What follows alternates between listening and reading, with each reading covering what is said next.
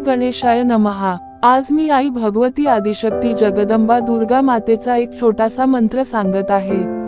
लोक विचारतात, पण त्याचे महत्त्व समजून घेत नाहीत किंवा समजूनही दुर्लक्ष करतात, असे होऊ नये।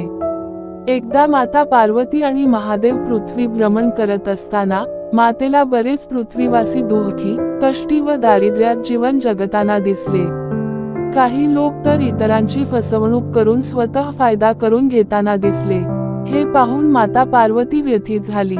जेव्हा ते कैलासावर परत गेले तेव्हा भगवान शिव आणि आई भगवती परांबा यांच्यात संवाद होत होता। तेव्हा आई भगवतीने विचारले, हे प्रभू, असा एखादा मंत्र किंवा साधन सांगा की भविष्यात कलियुगात गरीब, प्रामाणिक लोक कुणावर विश्वास ठेवतील? कारण सर्वत्र नकारात्मकतेचा प्रभाव असेल।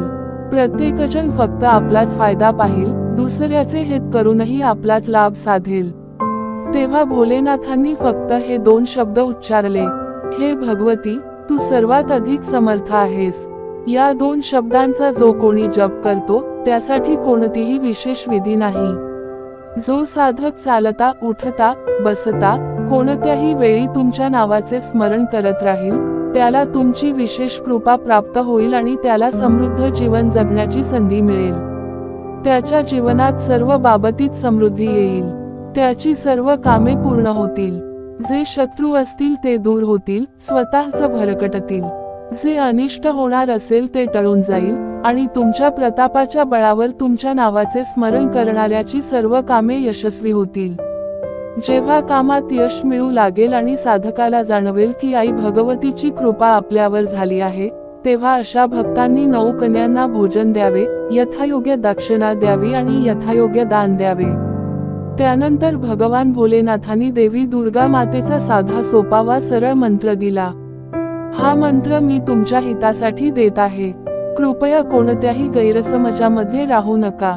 म्हणूनच मी दिलेले मंत्र पौराणिक ग्रंथांमध्ये शोधा, सर्व काही तुम्हाला सापडेल।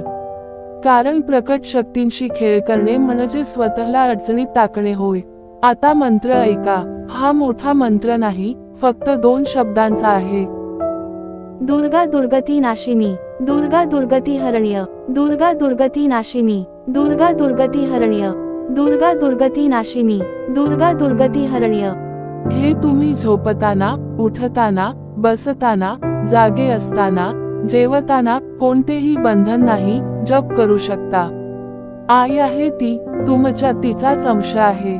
ज्याच्या अंतःकरणात आई भगवतीच्या कृपेचा अंश आहे, तो हा मंत्र कधीही सोडू शकत नाही, तो नक्कीच जप करेल। मी खात्री देऊन सांगत आहे की जरी संपूर्ण जग तुम्हाला नाकारले तरी आई कधीही आपल्या लेकराला नाकारत नाही। आई कधीही आपल्या लेकराला दुःखात पाहू शकत नाही, फक्त तुम्ही खरे संतान बना। आई आईच राहते, ती कधीही आपल्या स्वभावातून, मायेतील, कृपेतून तुम्हाला वंचित ठेवत नाही। ज्याप्रमाणे तुम्ही पूर्ण विश्वासाने आणि श्रद्धेने संसारावर भरोसा ठेवता, तसाच एकदा भगवतीवरही भरोसा ठेवून तिचे स्मरण करून पहा। 9 दिवसांच्या आत तुम्हाला त्याचा प्रभाव दिसू लागेल। याच शब्दांवर मी माझी वाणी थांबवत आहे। तुम्ही सर्वजण सदैव आनंदी आणि समृद्ध राहा। जे साधक, जे आई भगवतीचे भक्त आहेत, त्यांनी एकदा हे करून पहा, तुम्हाला नक्कीच लाभ होईल। शुभ भवतु।